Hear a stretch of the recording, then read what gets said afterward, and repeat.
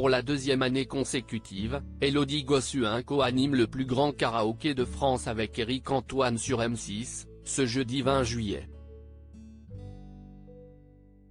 Télé Loisirs a interviewé l'animatrice au lendemain de ce tournage spécial tube de l'été. Pour l'enregistrement du nouveau numéro estival du plus grand karaoké de France, ce jeudi 20 juillet en prime sur M6, le cours Philippe Chatrier de Roland-Garros a été recouvert d'une surface lumineuse en dur.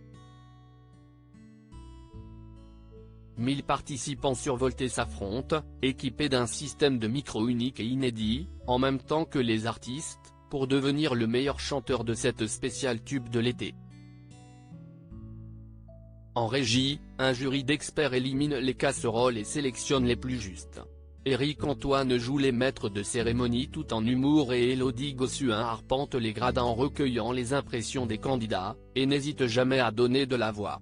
Élodie Gossuin a enregistré le plus grand karaoké de France à Roland-Garros. J'ai même rencontré Novak Djokovic à ses tout débuts Télé Loisirs. Vous avez complètement changé de lieu cette année pour tourner le plus grand karaoké de France. Cela devait être dépaysant ? Élodie Gossuin, le cadre était très différent de celui de l'année dernière, au Théâtre Antique d'Orange, note de la rédaction, et j'avais l'impression que tout était nouveau, sauvage. Pendant les répétitions, j'étais très impressionné et j'avais conscience de la chance de me retrouver toute seule au milieu du court central de Roland-Garros. C'était assez fascinant.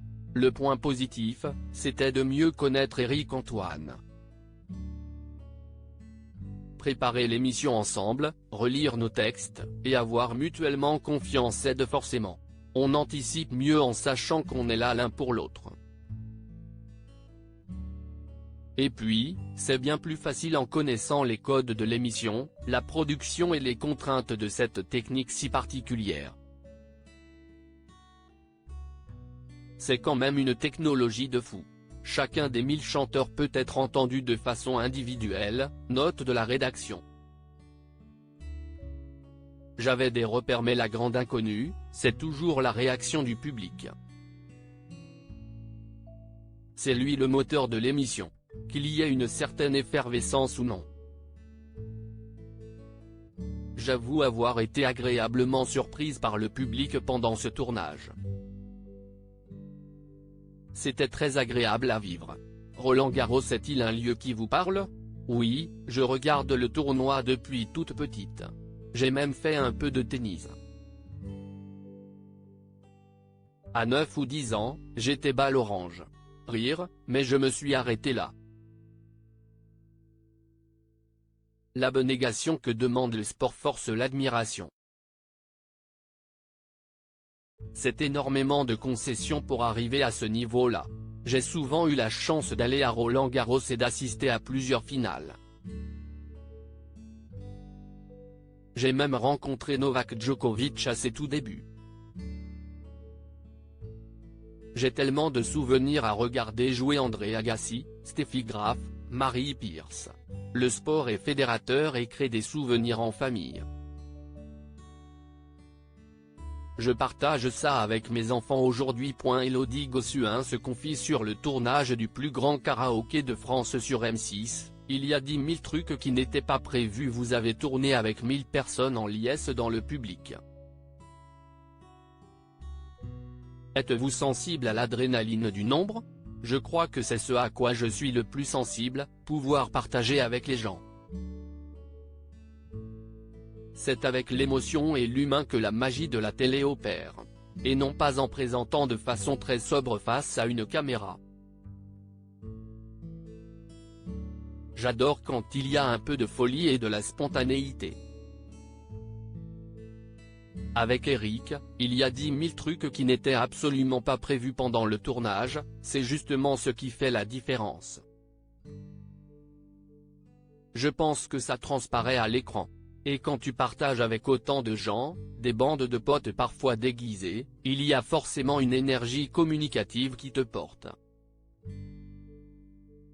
C'était essentiel pour moi de ne pas être uniquement au centre de la scène et d'aller à la rencontre du public.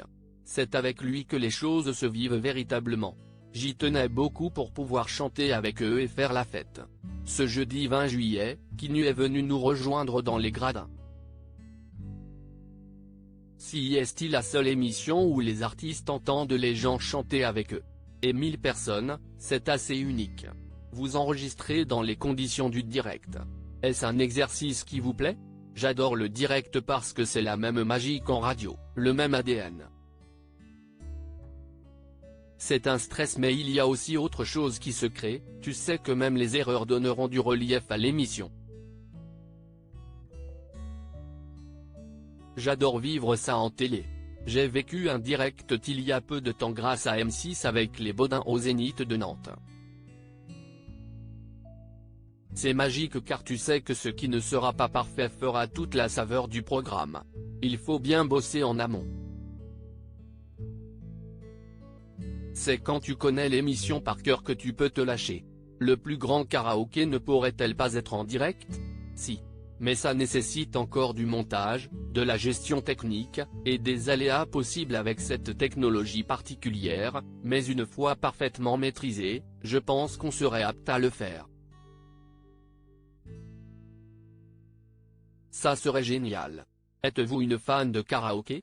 J'adore faire des karaokés et des blind de test avec ma bande de potes et tous leurs enfants. Une bonne soirée se termine forcément en chantant. Avec Tu m'oublieras de la Rousseau, je me déchaîne comme une folle. Je connais aussi par cœur tout le répertoire de Céline Dion.